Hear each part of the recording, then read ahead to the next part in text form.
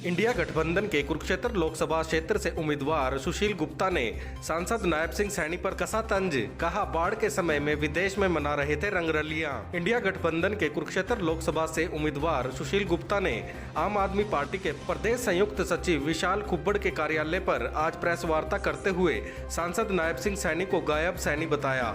जब कुरुक्षेत्र लोकसभा में बाढ़ आई थी तब नायब सिंह सैनी विदेश में रंगरलियां मना रहे थे।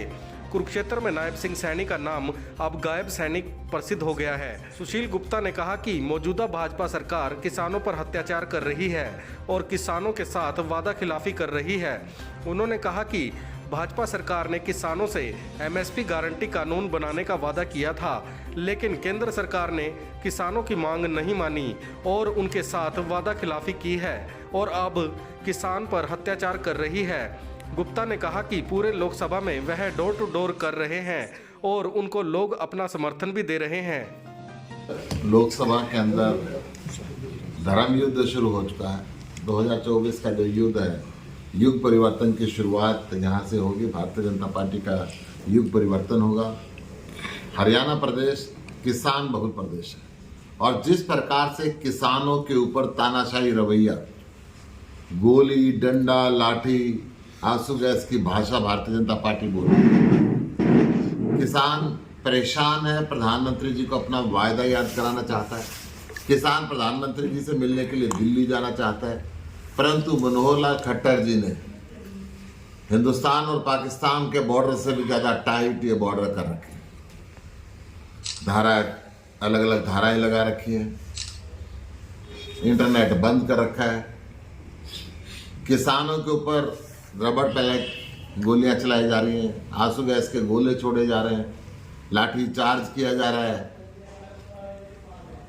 वाटर कैनन का इस्तेमाल किया जा रहा है और धारा 307 के तहत मुकदमे दर्ज किए जा रहे हैं। धारा 307 का मतलब सीधा सीधा अटेम्प्ट टू मर्डर के मुकाबले की धारा है। क्या ये किसान इस देश के दुश्मन है? भारतीय जनता पार्टी ये जो भाषा बोल रही है, आज किसान शांतिपूर्ण तरीके से प्रधानमंत्री जी ने जो 3 साल पहले वायदा किया था एमएसपी की गारंटी का, वो याद कराने के लिए जाना चाहते हैं, परंतु खट्टर साहब कह रहे मैं जाने नहीं दूंगा। पहले भी खट्टर साहब ने इनकी जड़ें चीन में और पाकिस्तान में बताई थी। पहले भी इनको खालिस्तानी कहा था, आतंकवादी कहा था और आज भी खट्टर साहब वही व्यवहार कर रहे हैं। भारतीय जनता पार्टी, नरेंद्र मोदी जी की सरकार पूंजीपतियों के हाथ में बिक चुकी है। 750 किसानों की उन्होंने शहादत पहले ली थी और अब भी 7 से ऊपर किसान शहादत हो चुके हैं। एक नौजवान 21 वर्षीय शुभकरण की गोली मार के हत्या कर दी गई। एक तरफ ये सरकार है और एक तरफ पंजाब में आम आदमी पार्टी की सरकार है जो किसानों को हर संभव सहायता दे रही है, हर मेडिकल असिस्टेंट दे रही है। शुभकरण की हत्या की गई तो उनकी शहादत को नमन किया, 1 करोड़ रुपए का सम्मान राशि दी, शहीद का दर्जा दिया, उसकी बहन को सरकारी नौकरी दी। मैं ये सिर्फ ये कहना चाहता हूं कि आज क्या इस प्रदेश के किसानों से भारतीय जनता पार्टी को प्यार नहीं है?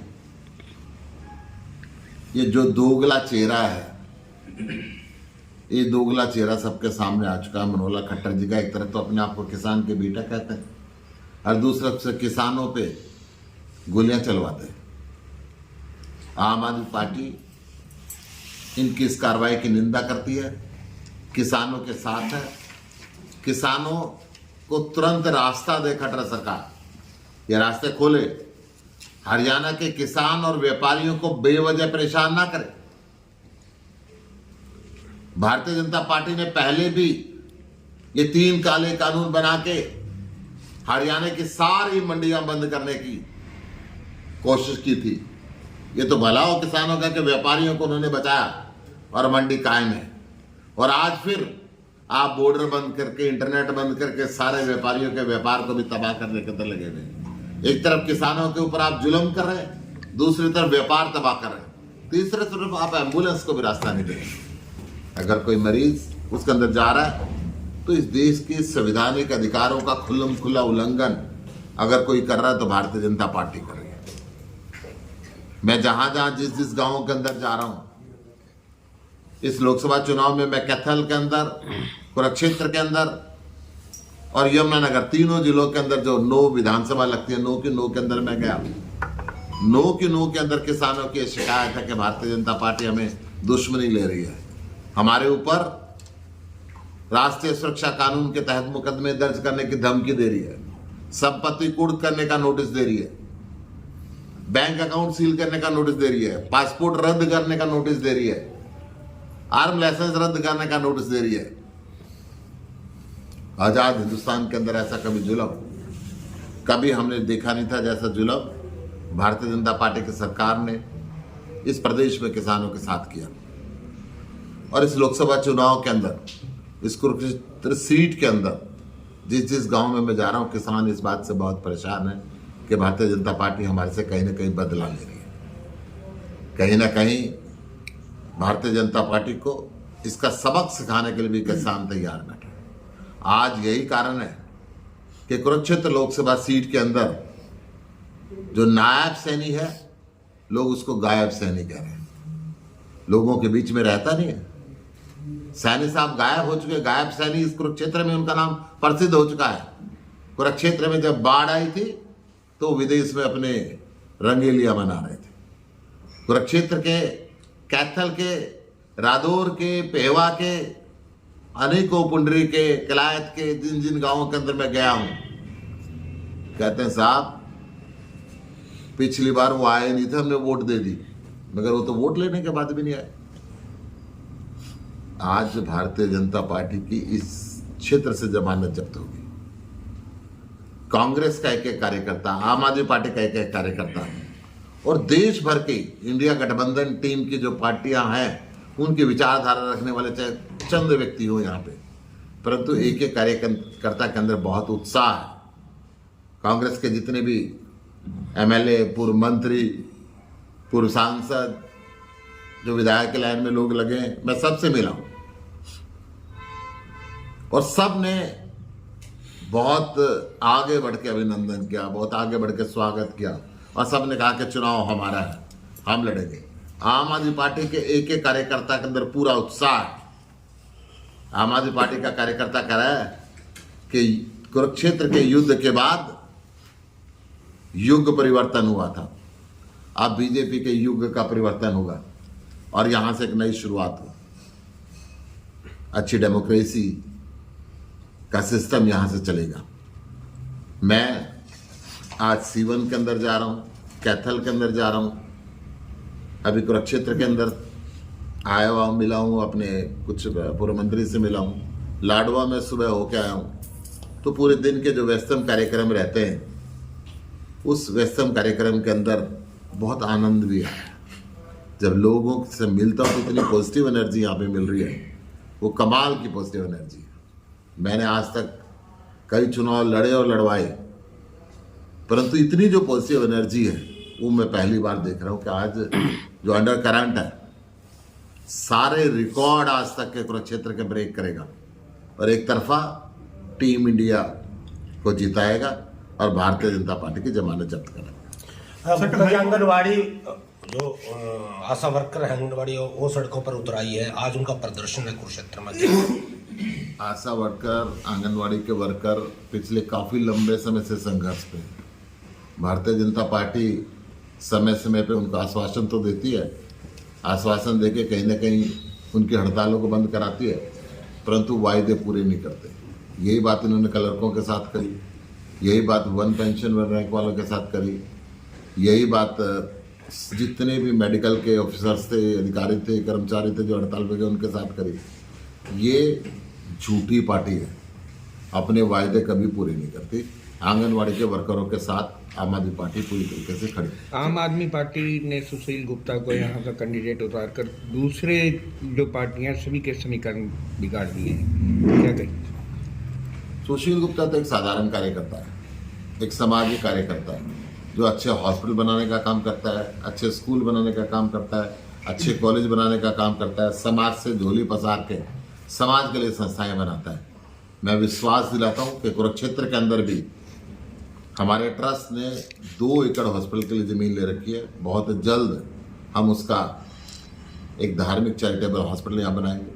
कैथल के अंदर भी एक बड़े हॉस्पिटल की ज़रूरत है। सरकार के तो बनवाएंगे जब हम सत्ता के अंदर आएंगे। इसके अलावा समाज के भी बनवाएंगे। गुप्ता जी, आज दुनिया के लोगों के सामने गुप्ता जी, कुरुक्षेत्र लोकसभा संसदीय क्षेत्र के बड़ी आबादी के ग्रामीण क्षेत्रों का आप दौरा कर रहे हैं, हल और किन मुद्दों के साथ लड़ रहे हैं आप? कुरुक्षेत्र का किसान परेशान है। जब बाढ़ आई, फसल खराब हो गई। ये पोर्टर का खेल खेलते रहे। जब बाढ़ आई तो मकानों में 5-5 फुट पानी भर गया। इन्होंने कोई मुआवजा नहीं दिया, कोई राहत नहीं दी। कुरुक्षेत्र के हर घर के अंदर बेरोजगार नौजवान बैठा हुआ है। बेरोजगारी की वजह से वो अपराध की दुनिया में चल पड़ा, नशे की दुनिया में चल पड़ा। बूढ़े माँ बाप परेशान हैं। जमीन बेच के 1 किला 2 किला पैसे दे रहे हैं कि डंकी रास्ते से कहीं ना कहीं वो विदेश में जाने की ट्राई कर रहा है। बॉर्डर पे गोली खानी पड़ जाती है। कुरुक्षेत्र जिले के हर घर के अंदर, गांव में विशेषकर, नशा पसर चुका है। नशे के पैर तेजी से घुसते जा रहे हैं। एकांत में जाते हैं तो सिरिंज पड़ी हुई मिलती है, किसी स्कूल के कॉर्नर पे, किसी धर्मशाला के कॉर्नर पे। गांव में जो भी एकांत जगह है, नशे के आदि युवक जो बेरोजगारी से परेशान होकर नशे में कहीं अपनी जिंदगी ढूंढ रहे हैं, वो सिरिंज के साथ नशा करते हैं और सिरिंज गांव के कोने कोने पे पड़ी है। गुप्ता जी, क्या कहेंगे? आपने नायब सैनी को गायब सैनी बताया है, तो क्या लगता है उम्मीदवार से भी गायब हो सकते हैं लोकसभा से? भारतीय जनता पार्टी तो अब ये सोच रही होगी कि गायब सैनी का क्या किया जाए। ये तो उनकी पार्टी का अपना निर्णय, परंतु सैनी गायब है। सर, जिस प्रकार से आम आदमी पार्टी ने दिल्ली और पंजाब में फ्री शिक्षा और चिकित्सा का वायदा किया था, उसे पूरा भी किया। हरियाणा में बतौर भावी सांसद के तौर पर आपकी क्या ऐसी योजनाएं हैं जिससे जनता? आम आदमी पार्टी बाबा साहब के सिद्धांतों पे चलती है। आम आदमी पार्टी ने जनरल सीट पे भी रिजर्व कैंडिडेट को लड़वाती है। आम आदमी पार्टी को दिल्ली के अंदर गठबंधन में 4 सीट मिली। ओपन सीट पे भी हमने अपने स्टूल कास्ट भाई को टिकट दी। ये आम आदमी पार्टी एक जमीन से उठा के कार्यकर्ता को टिकट देती है। जिनको हमने सांसद की टिकट दी वो विधायक बेशक है, परंतु उनके पिताजी आज भी दिल्ली नगर निगम के अंदर सफाई कर्मचारी हैं। हर रोज झाड़ू लगाते हैं, गली की सफाई करते हैं। ऐसे ही हमने पंजाब के अंदर भी एक मोबाइल मैकेनिक को मुख्यमंत्री से लड़वाया और जितवाया। तो आम आदमी पार्टी आम लोगों के साथ है, बाबा साहब के सिद्धांत पर चली है। बाबा साहब ने कहा था कि गरीब, दलित, पिछड़ा उसको गले लगाओ और उसको बराबरी के दर्जे पे लेकर आओ। आम आदमी पार्टी वो करती है। बाबा साहब ने कहा था किताब हाथ में लो, कलम हाथ में लो, सबसे बड़ा हथियार है। आम आदमी पार्टी पूरे देश के अंदर इकलौती ऐसी पार्टी है जो शिक्षा के अंदर अपनी जीडीपी का 28% खर्च करती है। शिक्षा और स्वास्थ्य में मिला के 40% खर्च करती है। और यही नीति हमारी हरियाणा के अंदर भी है। सतलुज ना तो पंजाब को पानी बांटने का हक, ना दिल्ली को पानी बांटने का हक। पानी बांटने का हक देश के प्रधानमंत्री का है। जो नेचुरल रिसोर्सेज हैं वो केंद्र सरकार के अधीन होते हैं। ये तमाशा खेल रहे हैं लड़वाने का। प्रधानमंत्री फैसला क्यों नहीं करता? सुप्रीम कोर्ट ने भी कह दिया तो फैसला प्रधानमंत्री तमाशा बैठ के नहीं दे सकता। 2014 के अंदर नरेंद्र मोदी जी रेवाड़ी के अंदर आए थे और उन्होंने वायदा किया था कि हिंदुस्तान का 60% पानी बह के पाकिस्तान में जा रहा है, मैं उस पानी को रोकूंगा। उस पानी के ऊपर हक है हरियाणा का, राजस्थान का, पंजाब का। मैं इस धरती की प्यास बुझाऊंगा। आज तक एक बूंद पानी नहीं लाए, 10 साल इनके खत्म हुए। अब भाखड़ा नंगल डैम से पानी बटना है। प्रधानमंत्री आए, बैठे और पानी का हल करें। सर, कांग्रेस के सारे सामने है जी। कांग्रेस के हर बड़े नेता का आशीर्वाद है। कांग्रेस के राहुल गांधी जी और आम आदमी पार्टी के अरविंद केजरीवाल जी साझा रैली बनाएंगे, उसका निर्णय करेंगे। अभी प्रोग्राम बन रहे हैं, कौन कौन से नेता ने मंच शेयर करना है, कौन कौन से नेता ने क्या शेयर करना है, रैली शेयर करनी है, ये सारे जल्द ही आपके सामने